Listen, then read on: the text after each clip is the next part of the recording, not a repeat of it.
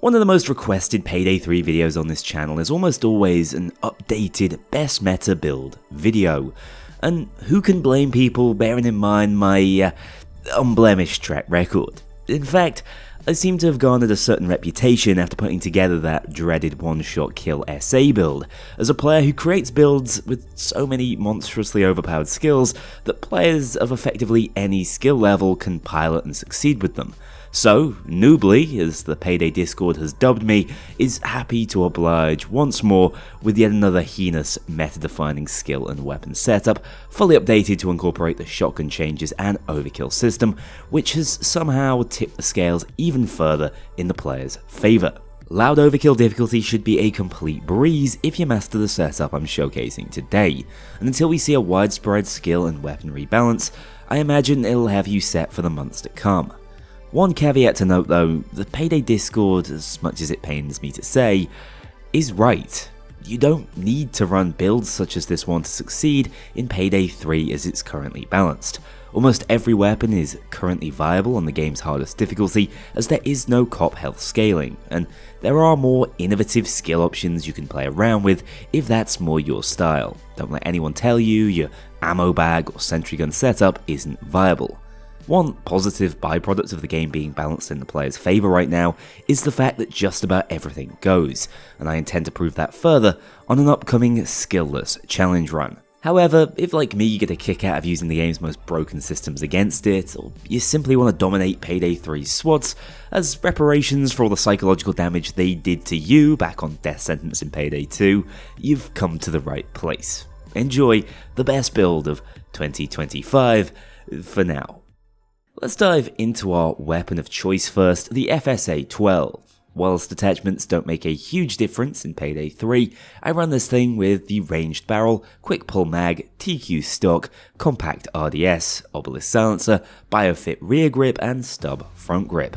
Purchasable in the Syntax era weapon pack, the December shotgun buffs have transformed this thing from an ISMA wannabe to the absolute real deal, gaining the ability to consistently one-shot even heavy SWATs, shred through dozers even if you're not hitting that faceplate, and most importantly spam damage down range without you really needing to aim. This thing's stagger potential, like the pursuivant before it, is immense, making it even harder for cops to fire back at you whilst you cut through them in 1 to 2 shots, falling off to 3 to 4 over longer distances, which still isn't shabby for a weapon supposedly in the shotgun category. With a solid mag size, reload speed and handling stats, this really is the perfect weapon to accompany this build. At peak performance, hitting virtually all your headshots, the Adderlig might still take the top spot for raw kills per minute, but for the average player, the FSA is much more accessible and effortlessly powerful. Also, you really shouldn't sleep on that powerful knockback status effect shotguns are so good at inflicting, and what that does to your survivability. It's an intangible that's tough to track, but does make a difference to how long you maintain a single plate of adaptive armor. If you don't own the FSA and would rather not invest in weapon DLC, my recommendation is that you try out the pump action Reinfeld 880. This vanilla game early unlock was the second biggest winner of the shotgun rebalance in Update 12, gaining massive buffs to its fire rate, general handling, and ability to scythe through crowds of cops instead of being limited to single targets. It's still not quite the same crowd deleter the FSA is, but it's certainly up there, and seeing as it's free for all players, should be something you throw into this build from time to time, just to switch things up. In the secondary slot, your options are pretty much completely open. For this build, I've decided to go with the Tribune 32, equipped with the snub silencer, quick pull mag, underlined stock, and LED RDS. To be clear, your shotgun primary is a catch-all against all ground troops thrown at you, so your secondary should be aimed towards having an easier time versus snipers. I love the Tribune for this, as its higher mag capacity increases the likelihood of landing a shot even over extreme ranges. It's also a free weapon, which is an added bonus. However, if you happen to own the Fear and Greed weapon pack, you really can't go wrong with the Jackknife, a 2-shot machine that matches up well into snipers also, and reloads incredibly quickly for rapid combat reload procs, or the Garstini Viper, as the Deagle does have a marginally better time at dealing with shields when compared to the FSA, giving it a unique selling point most other secondaries can't match. The main message here is that you can't really go wrong with that secondary slot. At last though, I can finally talk about the tertiary overkill weapon on a level playing field with our primary and secondary. The Overskill Systems addition has totally warped the power of this weapon drop mechanic, making them well worth calling in and even playing around in places. This build will be looking to abuse the monstrous power of the M135 Argus minigun whenever possible. However, I will also recommend using the Sociopath Overskill from time to time if you own the Jacket character pack.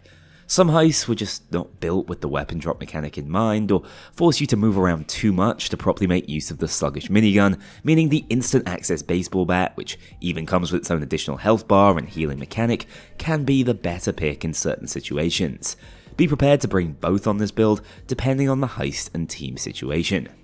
Moving on now to the skill setup, starting in Medic we pick up Extra Charge, Combat Medic and Code Blue. In Ammo Specialist it's Scrounger and Plate Up. Tank offers Hardy, Last Man Standing, which is a skill I'm bringing back into my builds at this point, as well as Clean Slate, possibly the best pound for pound point investment in the game.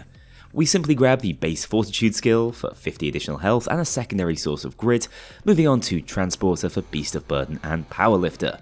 In Manipulator it's just the base skill plus Negotiator, whilst Mower offers the ever-present Ammo Funnel and Replenish. In Enforcer we grab Combat Reload before moving down to Assassin for Killer Kinesthetics, Assassin's Metal and Death Knell, a second healing engine for this build. Tactician Basic will be our primary source of edge, so we don't need to rely on Mower.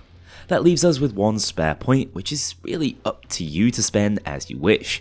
My personal choice, thanks to Twitch chat, is Shock and Awe, although you might prefer something like Walking Pharmacy, Disengage if cloakers are causing you a problem, or even a basic utility skill such as Catapult.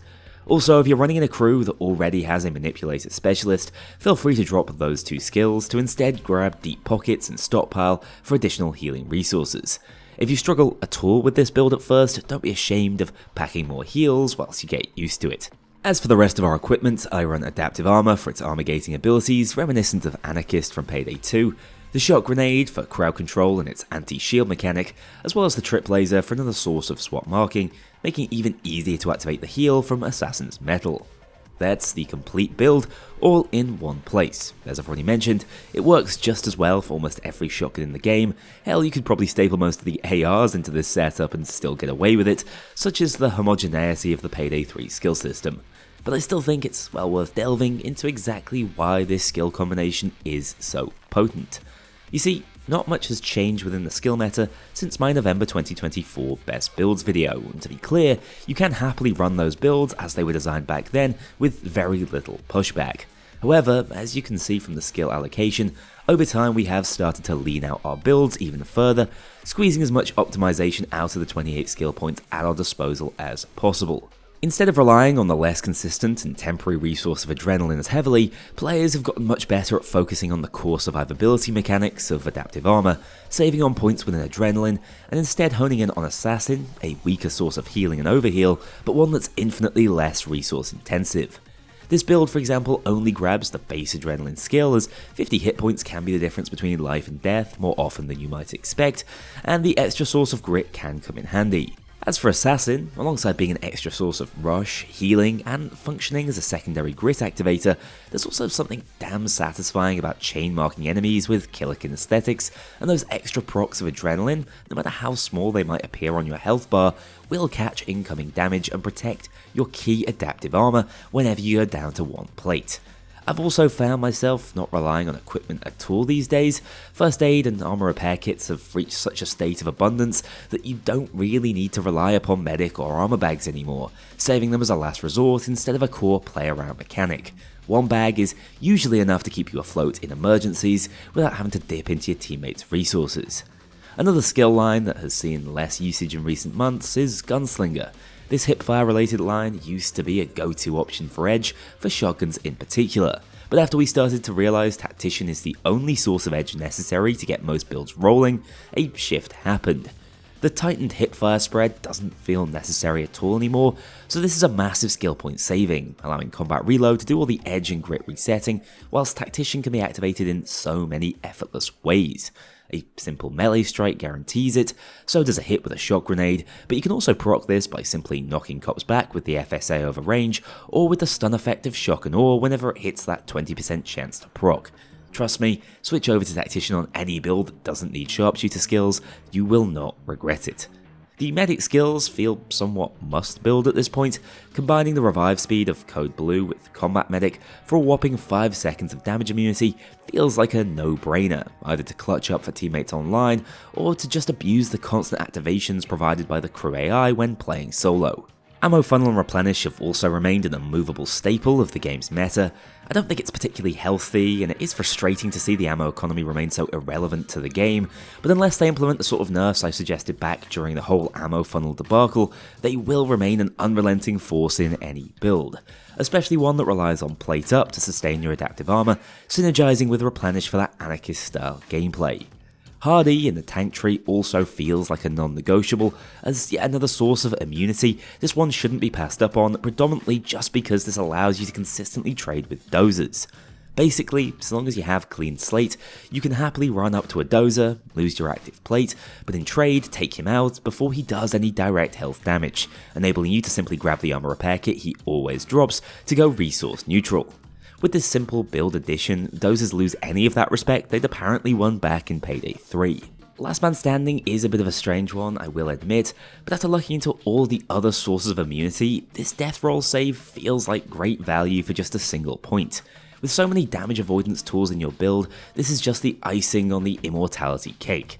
This is also why we run a single medic bag, as it's essential you use it after Last Man Standing procs, because otherwise you'll lose access to the grit engine which powers 90% of what we're doing to stay alive, and FAKs are currently not working properly to reset this skill as stated. Whilst techies and dozers will provide a respawning source of resources, it's also nice to have some insurance, and on this build that comes in the form of Manipulator and Negotiator. A 2 skill point investment that gives you 3 drops for every civilian you trade on a heist, more than enough in my opinion, giving you the most bang for your buck possible.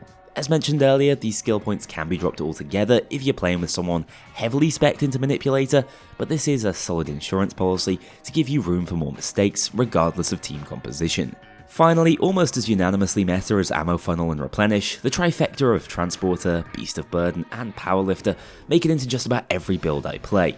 There are a couple of heists where you could forgo them, such as Fear and Greed, but even then, I don't bother. They simply offer too much objective utility to any setup to miss out on. I still argue that Transporter shouldn't exist, and instead we should all have the ability to carry 2 bags at full weight penalty by default, but until that change is made, don't miss out. Transporter is too fundamental to how the game works. That's all the reasoning behind our chosen skills, but as mentioned in the core build portion of this video, you will encounter a frequent choice between the minigun and baseball bat before every heist when using this build. The heuristic you can follow is, if the heist has solid overkill spawns and doesn't force you to move around too significantly, the minigun is the best option.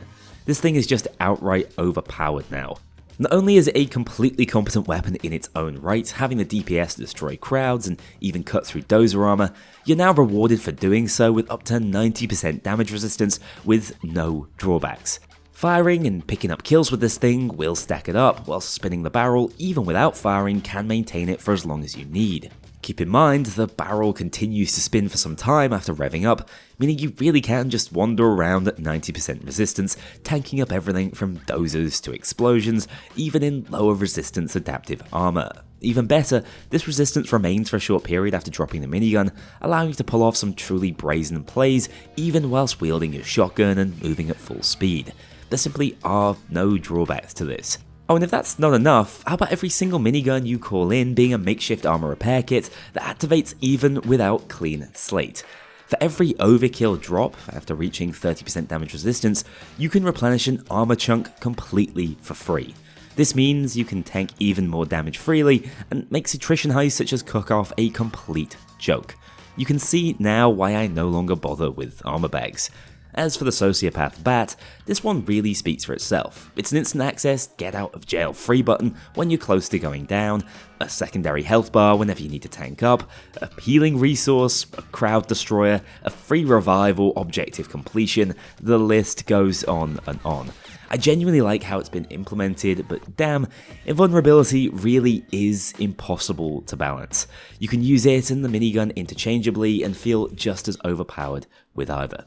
And that's it for the build, an effortless monster of a setup for all you Nnoobley enthusiasts and players just getting into the game thanks to PS Plus. I expect I'll be making an update to this at some point in the coming months once Armor 2.0 changes the survivability meta, but until then, enjoy dominating even the toughest heists on the hardest difficulties. For reference, this build comfortably managed to solo an all-loot cook-off on Overkill without using any sort of cheese strategy, and we pushed it even further in a group by clearing the same heist with an endless FBI assault raging throughout. I truly don't believe there is a challenge in this game as it stands that can outperform this setup. So until Starbreeze makes some difficulty tweaks, I'm going to say you're pretty much infallible. If that doesn't qualify for the best build title, I don't know what does. Your boy's come a long way since 2020. Thank you so much for watching this video. Be sure to give your feedback on this setup in the comments and let me know what builds you've been using to keep the game fresh. Be sure to check out the Apex Gaming PC's link at the top of the description if you're in the market for my bespoke range of pre-built machines. Take care, have a great week, and I'll see you all in the next video or stream. A huge thank you to my dedicated Patreon backers. If you want to join this crew in going infamous, check out the link below and pledge as little as $2 to see your name in the credits, or get 24-hour early access to future videos and vote on upcoming content. Take care, I'll see you all soon.